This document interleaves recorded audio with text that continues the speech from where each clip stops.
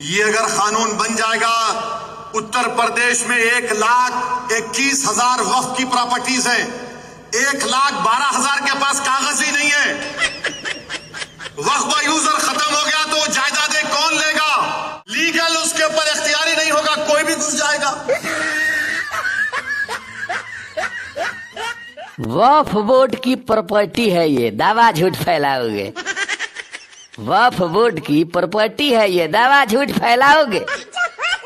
क्या सबूत है पूछा जाए तो कागज नहीं दिखाओगे। कोर्ट पूछे तो कह देना मेरे मामा के जीजा के ससुर के भाई की जमीन है। कांग्रेस ने बर्बाद किया है पूरे हिंदुस्तान को। कांग्रेस ने बर्बाद किया है पूरे हिंदुस्तान को। वक्फ बोर्ड जमीन घोटाला बंद करो कब्रिस्तान को। पूरा देश है वक्फ बोर्ड का, पूरा देश है वक्फ बोर्ड का। एक दिन यही सुनाओगे। क्या सबूत है पूछा जाए तो कागज नहीं दिखाओगे। कोर्ट पूछे तो कह देना मेरे मामा के जीजा के ससुर के भाई की जमीन है। अवैध कब्जा जितना भी है सबको तोड़ा जाएगा। वाह क्या बात है। अवैध कब्जा जितना भी है सबको तोड़ा जाएगा। बहुत सुंदर बहुत सुंदर। कितना नाजायज वक्फ बोर्ड है तब समझ में आएगा। बुलडोजर कहीं भी दिख जाए तो, बुलडोजर कहीं भी दिख जाए तो माई बाप चिल्लाओगे। क्या सबूत है पूछा जाए तो कागज नहीं दिखाओगे। कोर्ट पूछे तो कह देना मेरे मामा के जीजा के ससुर के भाई की जमीन है।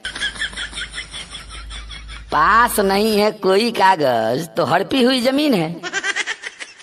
पास नहीं है कोई कागज तो हड़पी हुई जमीन है। वोट के खातिर कांग्रेस की करतूतें बड़ी महीन है। सरकार जमीन को ले लेगी, सरकार जमीन को ले लेगी तो पिछवाड़ा कहाँ उठाओगे। क्या सबूत है पूछा जाए तो कागज नहीं दिखाओगे। कोर्ट पूछे तो कह देना मेरे मामा के जीजा के ससुर की भाई की जमीन है।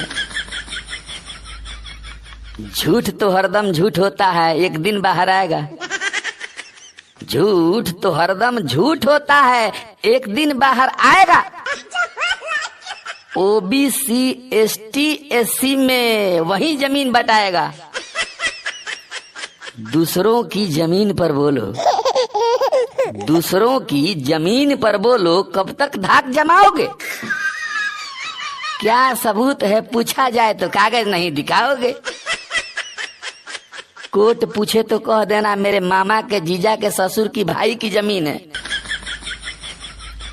वक्फ की प्रॉपर्टी है ये, दावा झूठ फैलाओगे। क्या सबूत है पूछा जाए तो कागज नहीं दिखाओगे।